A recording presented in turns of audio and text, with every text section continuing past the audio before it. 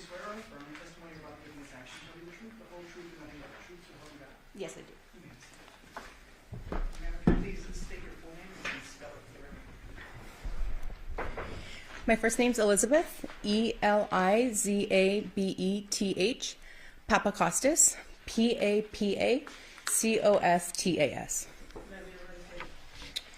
Good afternoon, ma'am. Good afternoon. How are you employed? I'm currently a forensic scientist at the Las Vegas Metropolitan Police Department Forensic Laboratory, and I'm in the biology DNA unit. How long have you worked in that capacity?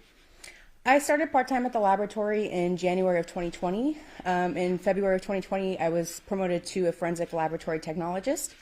And then in October of 2022, I was promoted into a forensic scientist position. And you mentioned your unit is the biology unit, is that right? Correct, biology and DNA. And what is that unit? We primarily focus on examining items of evidence for biological fluids, such as semen, blood, and saliva. We also do examine items for what we call trace DNA, and we examine those items, we take them through the laboratory process, and then I also write reports. And you mentioned trace DNA. Can you please define that for the ladies and gentlemen of the jury? Trace DNA was previously referred to as touch DNA. So it's commonly items that are handled, clothing that's worn by somebody, and essentially what it is the skin cells that come off when you're handling items. And you sort of touched on it, but can you go in depth about what your duties are in your position? Sure. In the laboratory, I can take physical items of evidence. Again, I'm looking for any signs of those biological fluids, and once I take those items, they go through a laboratory process, and then at the end of that process, data is generated. Once I have the electronic data, I can then evaluate that and make any comparisons to known individuals, and then I do write reports. And what is your training and experience that makes you qualified to be able to do this work? I hold a Bachelor's of Science degree from the University of Nevada, Reno. And then during my first position as a laboratory technologist, I underwent a training program. And then once I was promoted into my current position, I also went another training program. During that time, essentially, we work on mock casework. We go through a series of tests. We also do competency testing just to ensure that we're able to work on real life casework. And then during that real casework, we're also supervised by other analysts in the lab. In addition to your previous training, do you also do ongoing training to make sure that you're up to speed on all the modern technology out there? Yes, every year we have to undergo at least 8 hours of continuing education. And you're up to date on that? Yes. You mentioned that you work at the Las Vegas Metropolitan Police Department Forensic Lab, is that correct? Yes. Is that an accredited lab? Yes, the lab is accredited. What does that mean? Essentially, accreditation is the recognition by an outside body that the laboratory is meeting a certain set of standards. And then also within that, we undergo audits, and essentially accreditation shows that the lab is producing reliable work. And have you testified in court before? Yes, I have. And I believe you mentioned that one of your job responsibilities, in addition to conducting analysis on different pieces of evidence that are collected, you actually draft reports based on your conclusions of your testing, correct? Correct. And are those reports reviewed by another person before they're actually released? Correct. Within the laboratory, our electronic data goes under one set of review. And then once the case file is put together, it undergoes a technical review, which is where somebody else looks to make sure that all the procedures were followed. And then after the technical review, an administrative review is done, and that's looking for things like grammar, spelling, things like that. Now, do you conduct DNA analysis as part of your duties? Yes, I do. Can you explain to us what is DNA? DNA stands for deoxyribonucleic acid. It's essentially the backbone of our bodies, and it's useful within forensics because it's what we are able to use to differentiate individuals. So your DNA would be different from yours and so on unless you have an identical twin. That's the only time someone would have the same set of DNA. And within that DNA, we're looking at portions of it, which are called alleles. And from those alleles, you receive one from your mother and one from your father. And then within our data, that's what we're looking at when we're making comparisons from the evidence to the reference standards. Now, in your work of DNA analysis specifically, are there things called known samples versus unknown samples? Correct. We refer to evidence samples as unknowns because we don't know who the evidence is coming from. And then known samples are also referred to as reference standards. So that's when a sample is collected from the inside of somebody's cheek, and then we use that as that individual's known standard. So those terms are interchangeably used then? Correct. So known sample and reference standard? Correct. Okay. If you have a known sample or reference standard, how would you go developing a profile from that sample? The unknown, so the evidence samples and the reference standards essentially undergo the same process. The first step in that process is actually screening the item. So commonly we see swabs. So the swabs will be cut into a tube. Then the next step is called extraction, and that's where chemicals are added to the tube. And what those chemicals are doing is essentially trying to break apart the cells to get to that DNA. And then once we have that sample, we take that to quantitation. Quantitation is where we use an instrument to see how much DNA is present there. It can also show things like how much male DNA is present, if the sample may be degraded, things like that. After that step, we go to amplification. It's essentially like a Xerox machine. So what that's doing is making copies and copies of the DNA, which takes us to what we call our loading phase, or where the data is actually generated by another instrument. So when we're dealing with an unknown sample now, is it common to obtain multiple different DNA profiles from that? So we can see different things. So we can have what's called a single source sample, which means that it's only coming from one individual, or we can have a mixture sample, which means that we're seeing multiple people's profile in the same sample. And is it possible with an unknown sample, occasions where you may not get a profile at all? Sure, it depends on a lot of different things. So environmental factors. So say, for instance, if a sample was left out in the summer in Las Vegas, that DNA would be very degraded and we may not get a good sample. But there's different things, such as, say, if someone is really good about washing their hands, they may not leave much DNA behind. If an item is out in the public and a lot of people could be touching it, we would see more people on that sample. So there's quite a few different environmental things that can play a part in that. Another example could be someone wearing gloves, right? Correct. Less likely to leave something behind in that case. Yes, that's correct. Okay. Now, you touched on this a bit.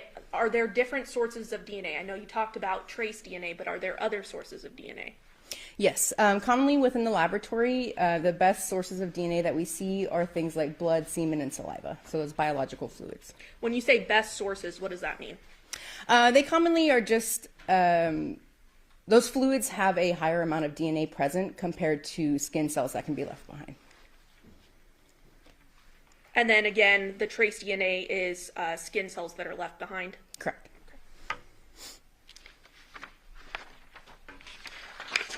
Now that we have a little bit of a background, I do want to talk to you about this particular case that you're testifying for today.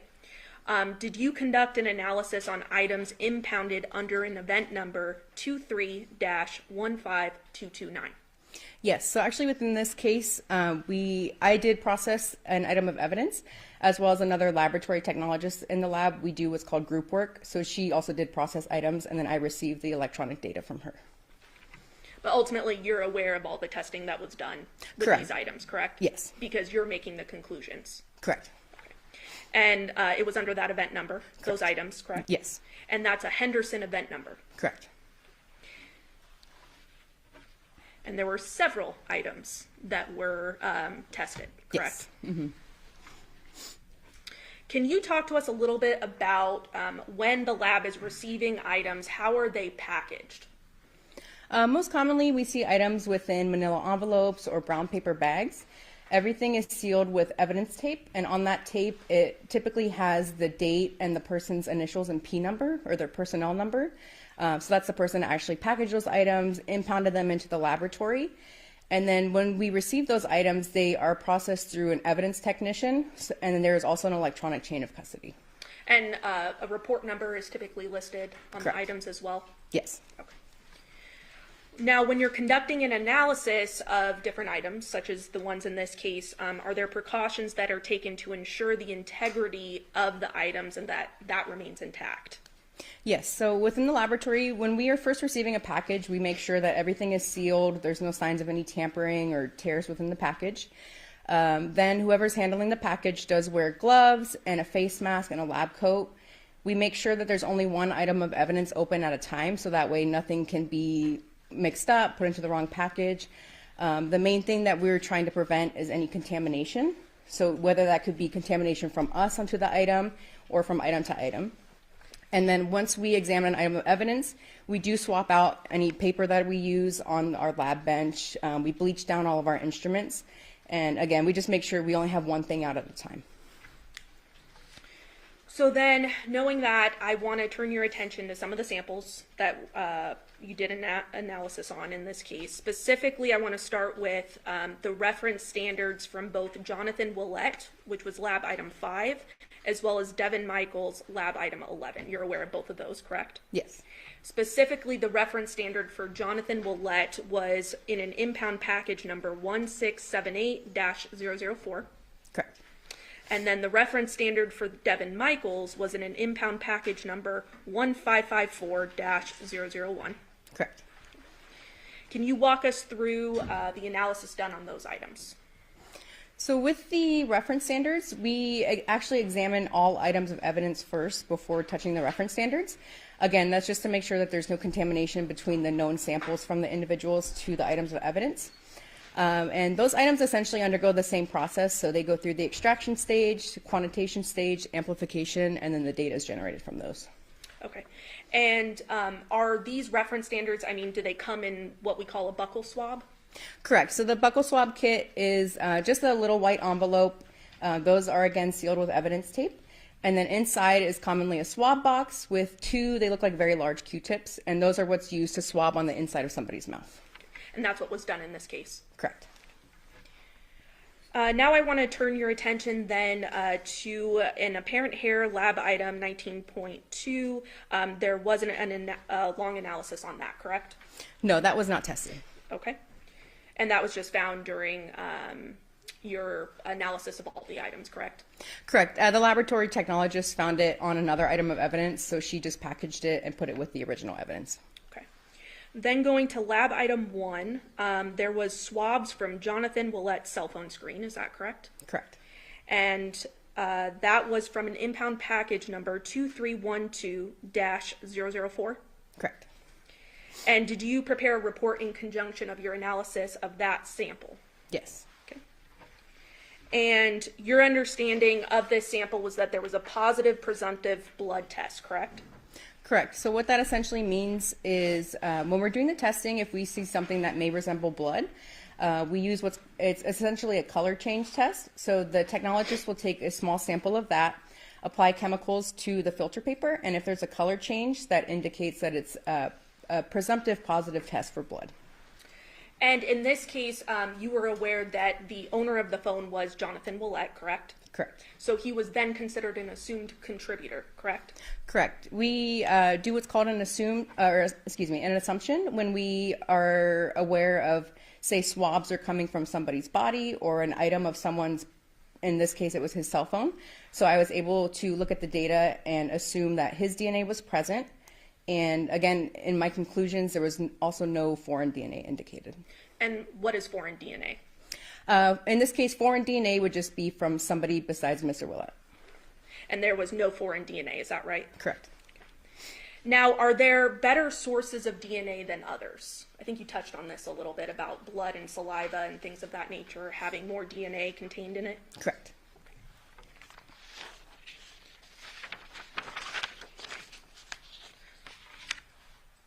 Then turning to the swab from underneath Johnathan's left-hand fingernails, that was lab item 6, correct? Correct.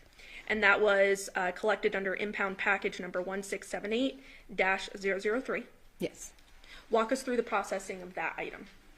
It was essentially the same processing. So again, it went from the extraction stage to data generation. In this case, again, since it's a swab coming from his body, I'm able to make the assumption. So assuming that he is a contributor, there was also no foreign DNA present. Okay. Now let's go to the swab from underneath Johnathan's right-hand fingernails, lab item 7, correct? Correct. That was impound package number 1678-003. Correct. Same sort of processing as the left hand. Correct. Okay. Any results from the right hand? In this case, or excuse me, for this sample, looking at the data, it was what we call too limited, which means that there wasn't enough data there to basically make any interpretations. And when you say not enough data, what do you mean by that? Within the laboratory, we have internal validations, which essentially show values for how much DNA we're expecting in a sample to generate a profile. So looking at this sample, because it didn't meet our thresholds, it wasn't processed further, or once it was processed, excuse me, can I start over with that one? Sure, go for it. It did meet our validation, so it was processed to the data generation phase, but then once we received the data, at that point, there weren't enough alleles present to make any further interpretations. And are you surprised by this at all? No, we commonly see that. Okay. Now, I just want to go back briefly to the swab from Johnathan Willette's cell phone screen that you conducted analysis on, that we just talked about. You recall that? Yes. Did you look at the profiles of it and compare that to the alleles? So what we do when we're looking at data is essentially we do look at all of our evidence first before we make any comparisons. So looking at the cell phone sample, it appeared to be one male contributor. And then at that point, I take that profile and I do compare it to the reference standards. So it was consistent with Johnathan Willette. And the reference standards, plural? Yes, all evidence samples are compared to all reference standards. Okay, and in this case, there were multiple, correct? Correct. Devyn Michaels and Johnathan Willette. Correct. Okay. Moving on then to the swabs of placard number A, that was lab item 2, correct? Correct. And that was contained in impound package number 1951-005, correct? Yes. How was that item processed? For this sample, there was also a positive presumptive blood test. So again, it was a color change test, and the color change was indicated. So the laboratory technologists did take that forward. And then with that sample, when I looked at the data, there was one male contributor detected. And when we're looking at our data, we also generate statistics. So our statistic is called a likelihood ratio. And essentially, what a likelihood ratio is trying to do is answer the question of how many times more likely is it to observe the DNA profile if the person is a contributor than if they are not a contributor. So in this case, I did generate a likelihood ratio for Johnathan Willette. Okay, and do you recall what that was? May I reference my report? Absolutely. Your Honor, may I approach? Yes. Okay. And with Your Honor's permission, I believe there's stipulation with defense. If I could leave these reports up here, just because there are multiple pieces of DNA that she may not have memorized. And that's completely fine. Absolutely. Okay, thank you. We're just not testifying from it. So specifically, swabs of placard number A, do you recall the likelihood there? Yes. What was it? So Devyn Michaels was excluded from the sample, and it is 223 octillion times more likely to observe this DNA profile if Johnathan Willette is a contributor than if he is not a contributor. How many zeros is that? It's 223 with 27 zeros. 27 zeros? Yes. Okay. Anything else from that specific item? No. Okay. Moving on then to the swabs of placard number B, lab item 3. Correct. And you conducted testing on that. Yes. Impound package number 1951-005. Yes. And did that item undergo the same processing as the sample from placard A? Yes. I had the same a positive presumptive blood test, and then it was also one male contributor with the same statistic as the previous sample. And what was the statistical conclusion again? It is 223 octillion times more likely to observe this DNA profile if Johnathan Willette is a contributor than if he is not. And was someone excluded? Yes, Devyn Michaels was excluded. Again, 27 zeros Yes, for the inclusion of Johnathan Willette. correct. Anything else from that sample? No. Okay. Moving on to the swab of the lemon ammonia bottle, lab item 12. You conducted testing. Yes. That was in impound package number 2102-001. Yes. What was the testing conducted on that item?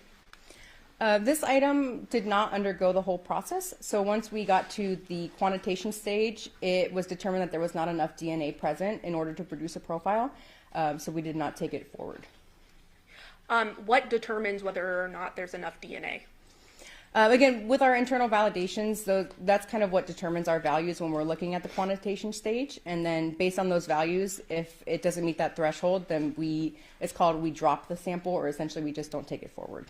Now, certain surfaces can provide more conclusions, right? Meaning some surfaces hold DNA better than others. Sure. Certain things, say if something is more porous or there's more textured surfaces, that can often be better sources of DNA. But again, it just depends on a lot of environmental things, or if the items were cleaned, things like that. Including wearing gloves, right? Correct. Now I want anything else from that sample? No. Okay. So moving on then to the swab of the soft scrub cleanser with bleach bottle, lab item 13, you conducted testing. Correct. That was in impound package number 2102-002. Yes. And there was testing conducted on that item, correct? Yes. And what was the result of that? That again is sort of like the last item, so it did go up to the quantitation stage, and again there was an insufficient amount of DNA, so it wasn't taken forward to data generation. Anything else from that sample? No. Moving on to the swab from the textured surfaces of a wooden stick, lab item 15. You conducted testing? Correct. And that was in impound package number 2102-004/001. Yes. And there was testing conducted on that. Correct. What was the process for that? In that case, a profile was generated, but within the profile, there was indications of a mixture, so I could see that there was more than one person present. But again, because the data was too limited, I could not make any further comparisons.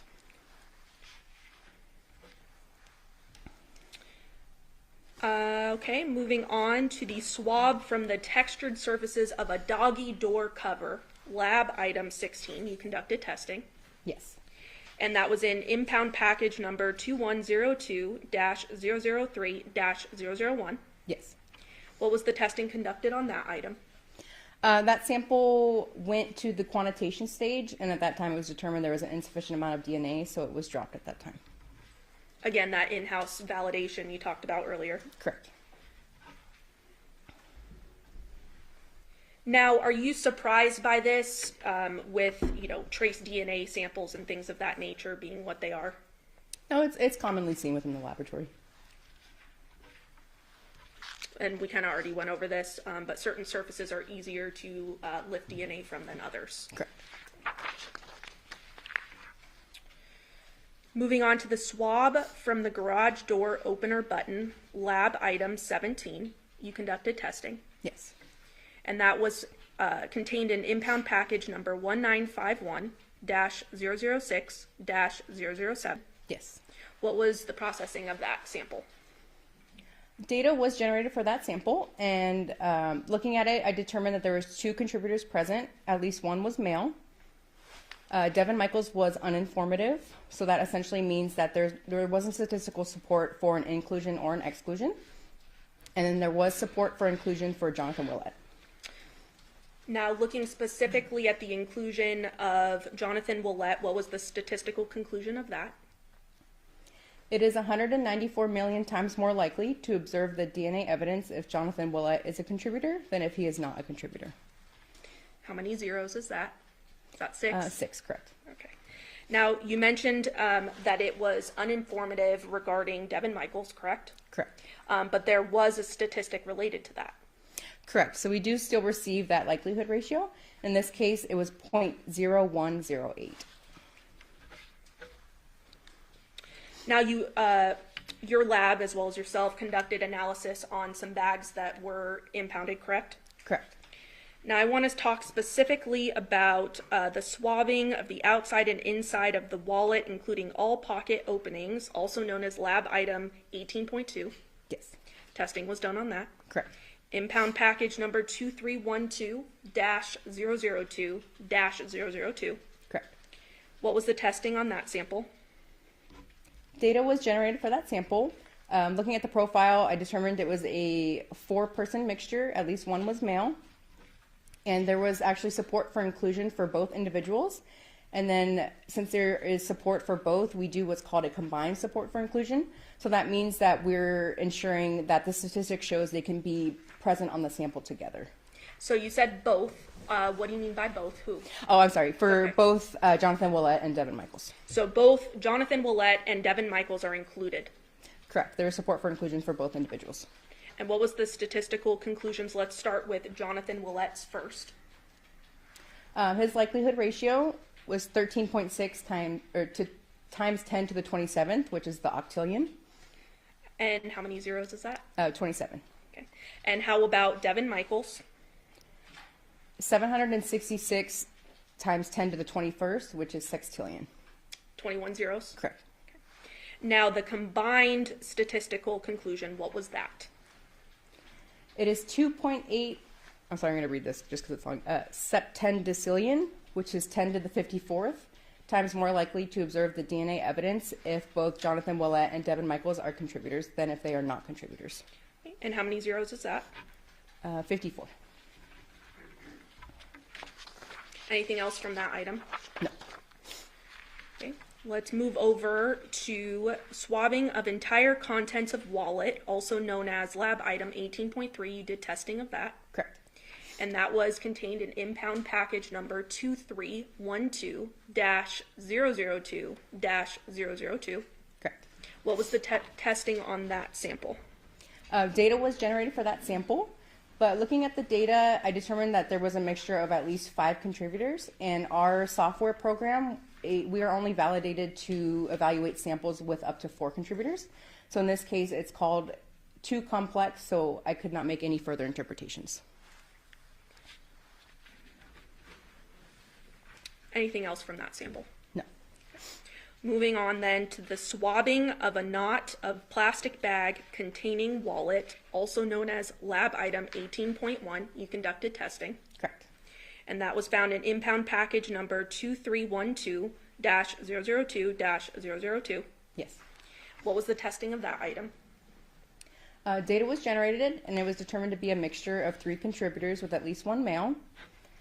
Johnathan Willette was uninformative, and there was support for inclusion for Devyn Michaels. So you mentioned what uninformative was previously, but you were able to come up with a statistical conclusion still, even though it was uninformative. Correct. What was that statistical conclusion involving Johnathan Willette? The likelihood ratio for that is 6.18. And then how about Devyn Michaels, who there is support for inclusion? It is 90 octillion times more likely to observe the DNA profile if Devyn Michaels is a contributor than if she is not a contributor. And how many zeros is that? 27. Okay. Now you mentioned that there are multiple contributors to this bag, correct? Correct. Okay. Are you surprised by that?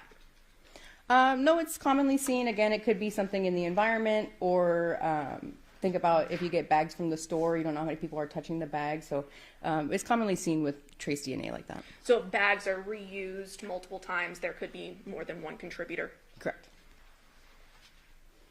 Now, can you talk to us briefly a little bit about transfer DNA and what that means? Essentially, transfer DNA, I can give an example of, say, if we're shaking hands, and then, so I would get some of her DNA onto my hand, and then I go to touch the door when I'm leaving, I could possibly leave some of her DNA on that door, even though she hasn't touched the door yet. So we commonly do see transfer with items, but within our testing, we're not able to say, like, to what degree, if any, DNA was transferred. Moving on then to swabbing of Social Security card from Johnathan Willette, also known as lab item 19.1. You did testing on that. Yes. That was contained in an impound package number of 2312-002-005. Correct. What was the testing of that sample? Within that sample, it was determined to be a mixture of 4 contributors with at least 1 male. And there was support for inclusion for both Johnathan Willette and Devyn Michaels. And then, so since there's support for both, I also calculated the combined support for inclusion. Let's start with the individuals. So let's start with... It is 32.3 trillion, so 10 to the 12th. And then what about Devyn Michaels individually? 413 million, which is 10 to the 6th. And now the combined inclusion, including both. It is 6.289. Johnathan Willette and Devyn Michaels, correct? Yes. There was no reference standard submitted for your evaluation concerning a Devyn Willette, correct? No, I did not receive a standard for him. Fair to say that based upon your analysis, we had DNA attributable to Devyn Michaels and Johnathan Willette on the plastic bag containing the wallet, based upon your testimony. So yes, there was support that they could be contributors to the profiles, yes. Same thing concerning the outside and inside of the wallet, correct? Yes. Devyn and Johnathan, correct? Correct. And again, you're not able to say how long that had been there. It could have been a day, it could have been months, but we have basically DNA that's attributable to these two individuals, correct? Correct. Within our testing, we're not able to say when someone's DNA was deposited or how. We're just able to say that it's there or not. And again, this DNA is possible to be transferred. There have been questions concerning that, but also just by merely handling it. We leave epithelial cells, we can leave DNA on things that we touch, correct? Correct. And again, you found that DNA attributable to both Devyn Michaels and Johnathan Willette on the bags that you evaluated, correct? Correct. As well as the wallet. Correct. The cell phone, however, there was only one individual, correct? Correct. I was only able to, again, assume Johnathan Willette on the cell phone, and there was no foreign DNA noted. Specifically that of Devyn Michaels, correct? Correct. She was excluded. She was excluded.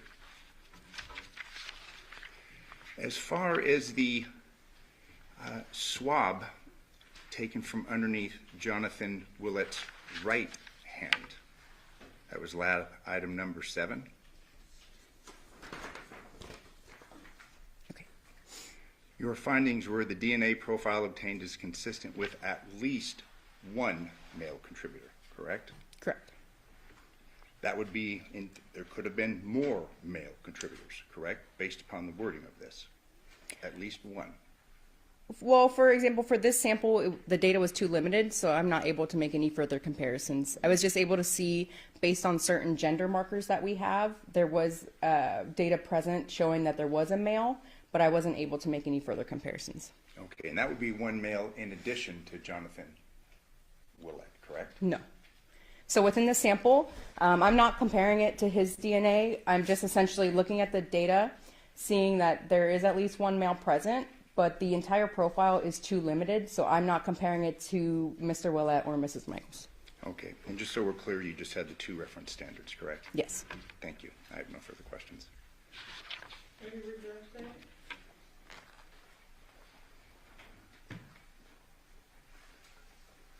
Court's indulgence.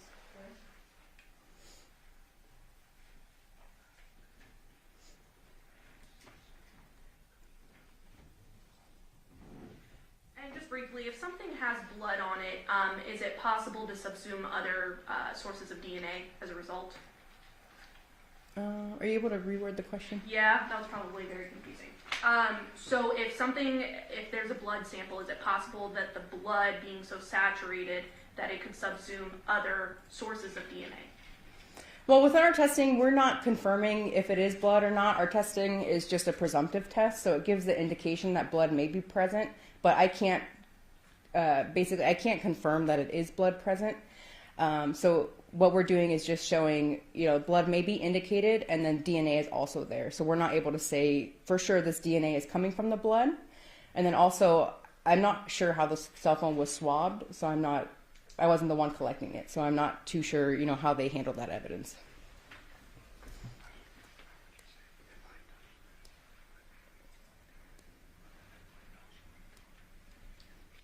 So if I were to touch an item, with my finger, for instance, but then my nose started bleeding and it went on the item, would that make a difference? Well, in that case, I wouldn't be able to tell, if her DNA came from the skin cells or if it came from her blood. Essentially, it would just be showing that her profile would be present. Past witness. Follow-up question. This is my cell phone. I handled it. You'd presume that my DNA would be found on this, correct? Yes. And that would come from the epithelial cells of my fingers on this cell phone, correct? Yes. So presumably, if a person handled the cell phone or carried it you would expect to find that person's DNA on the cell phone, correct? Correct. And in reference to the cell phone that you had tested, only Johnathan Willette's DNA was found, correct? Correct. No further questions. And no foreign DNA, correct? Correct. On the phone? Correct. Nothing further. Any follow-up? No, Your Honor. Ladies and gentlemen, the jury have any questions for this witness? Okay, please write your question and forward to the table with your name and your jury number.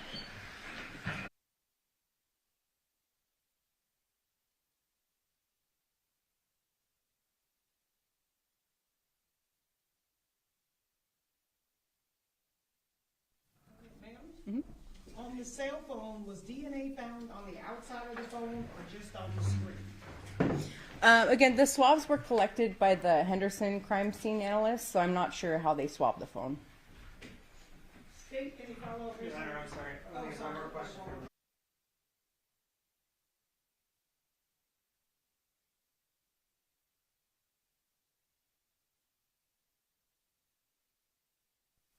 Ma'am, there's been testimony that Devyn and the kids touched the phone. Why would there not be DNA?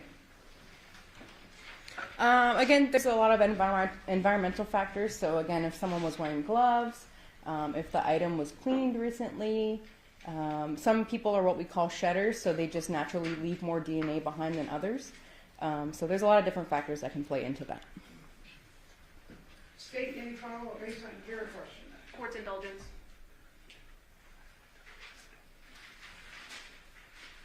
It's possible any item that I touch, I could not leave DNA, correct? Correct. Pass the witness. Oh, depends, any follow-up based on your question? I think we have another juror question coming. Okay. You want to wait until?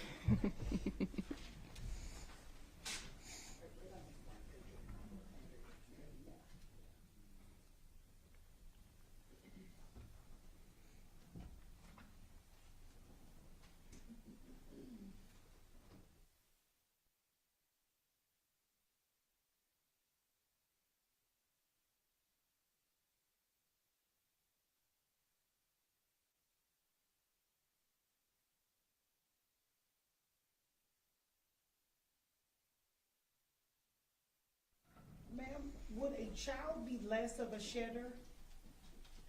I don't have any indication for that. We don't really study that within the laboratory, so I'm not sure.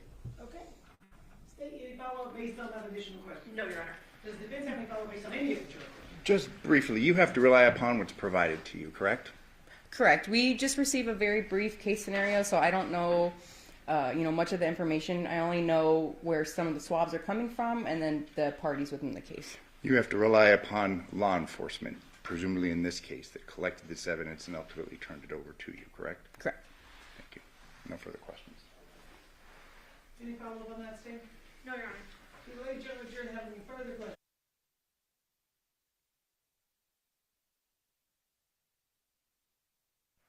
Okay, ma'am. Given the blood on the cell phone, is it more likely that that area was swabbed? Again, I'm not sure. I don't know, how much possible blood was present on the phone, so I'm not sure if that was the only area that the crime scene analyst swabbed or if they swabbed the entire phone. Does CSA document their swabbing procedures when they turn in a sample, such as the area swabbed, the number of times, things like that? I'm not too sure, especially since it's an outside jurisdiction. I'm not sure how Henderson handles their cases. I do have a couple of questions. State, you're just gotta go to order, Mr. President. Thank you. And that brings forth a question. The samples that you had analyzed on the phone, you would testify that obviously it was Johnathan Willette's DNA, correct? Correct. You're not able to say whether that was in fact blood, are you? Correct. Again, it was just a positive presumptive test for blood. So it was an indication, not a confirmation. Okay, so it could have been epithelial cells and not blood. Correct. It could have been fluid from a blister, something like that, correct? It could be a mixture. So with the test, it is, it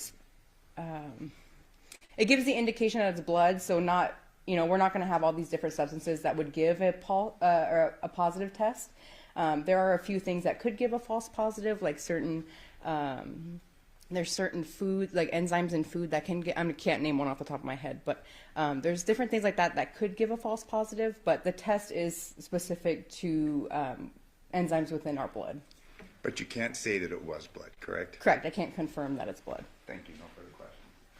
Any follow-up, Ms. Summer? No. Do the ladies and gentlemen of the jury have any further questions for this witness? Okay, seeing no response, ma'am, you are excused. Thank you.